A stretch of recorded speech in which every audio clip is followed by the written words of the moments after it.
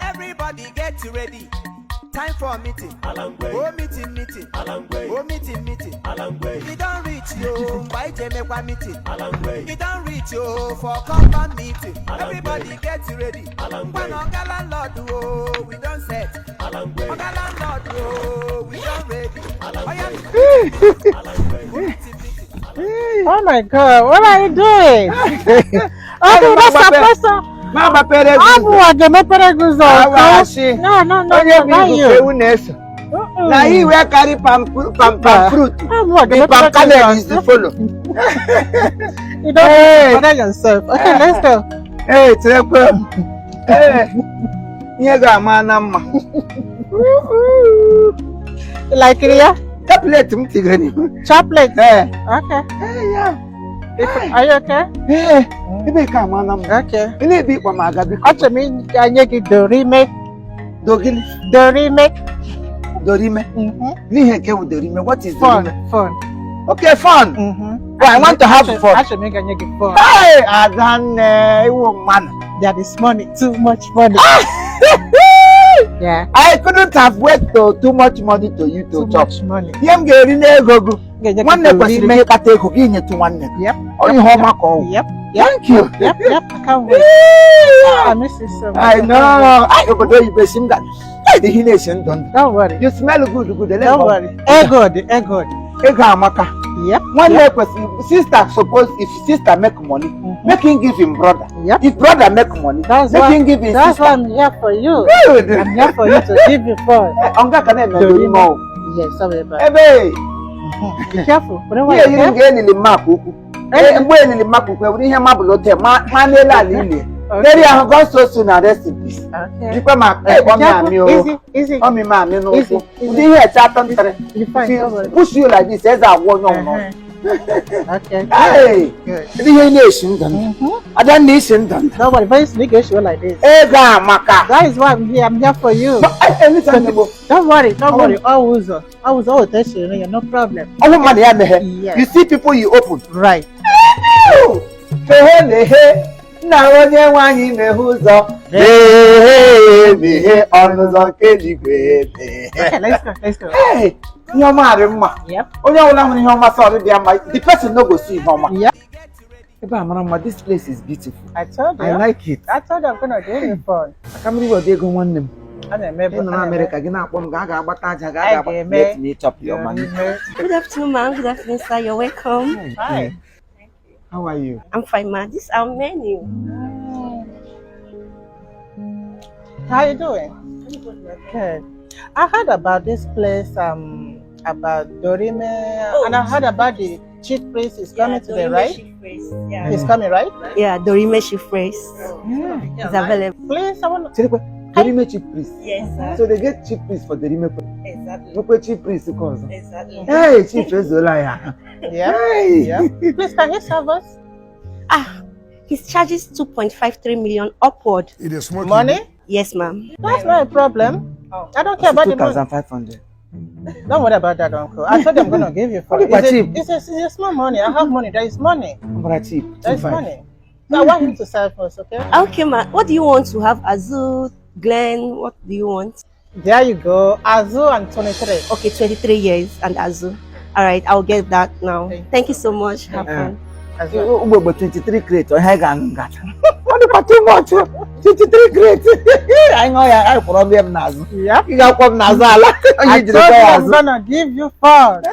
Damn, Mama. This is Dorime chief. Dorime chief. Oh, the Kubana chief is where the Dorime chief priest. Yeah, Dorime chief priest. I believe we're Chineke.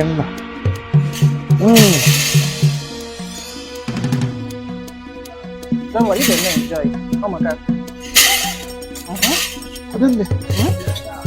Mama, I better have one. Dorime chief priest. Oh my God. Yeah. Oh, it's very fun. Trust me. Don't be scared. It's not scary. It's fun. Something fun. You know what it was?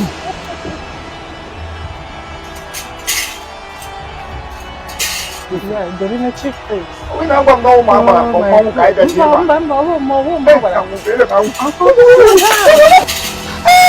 It's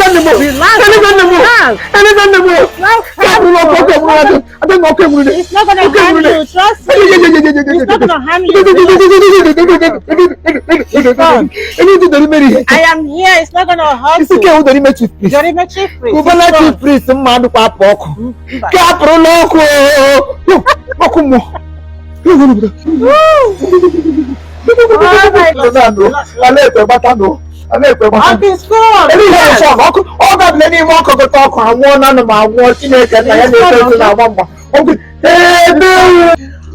Trust me. See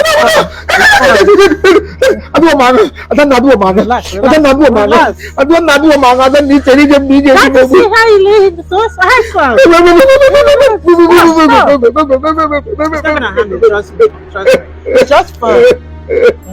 Kila uno aja ni na gwa mi tori ibu baby ki from one no ma ka ida do ma jikere ma ma wo I want you to enjoy my money. o di nya yi enjoy money ki ko tan na the ground kan di ma wo na di That is fun. Just relax and e mo na ria BP ki from di mani ni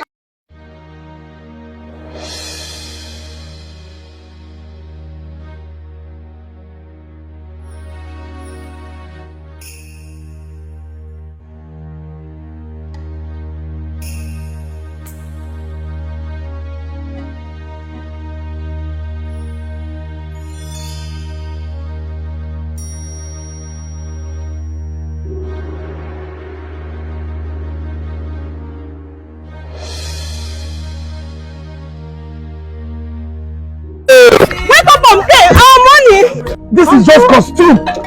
This is just costume. Come down. This is just costume. This is just costume. This is how to appreciate big boys. This is just a costume. This is how to appreciate big boys. That drink is over 2.something million. I told you. No.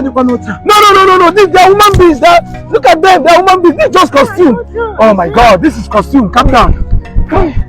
This is costume. Chief, this is costume. Don't be a Igbo. Oh, I'm money Igbo. I'm a Igbo. I'm Igbo. Because you want Igbo be a man. Because you buy under bala. Oh, you go any. You can do masquerade. I work from home. I like it. I don't know it was too much girl. What I'm not Dorime chief priest now. You think just enter me. You see, I'm Dorime chief Kubana chief priest. I'm. Ode joke on one aka. Oh, aka big boys. Mwana serve. Okay, go on when you name money. Hey, Libra. I hear about Sandy by them Gavada legally. We have never put the gafro. Then you. Why I die balance. No one did what you got taken. I got one. I'm a queen promote you. You keep married. No, I don't know. What do you have? Just here to appreciate one money. Just hyping. Say hype. Oh, hype. From hype. And what a high BP. Because I almost happy. No. Thank you very much. Hey, and there's about one.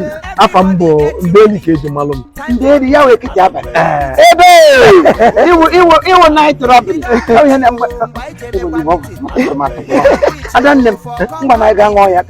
that I am aware of what it is, I can now go and drink it. I can drink it. I have. Let us go. Hey, let him in it. I like why you take no. Let me hold it. Here the Christ no matter. Every hold you cross will have been nothing to happen to me. I'm a strong man. No, I am a strong man. Thank you. Hey, Dorime Gama. I'm going to go to Dorime, Latine, Egala, Odimapu. Oh, I'm going to go back. Dorime Kegumrama. Oh, Mamia.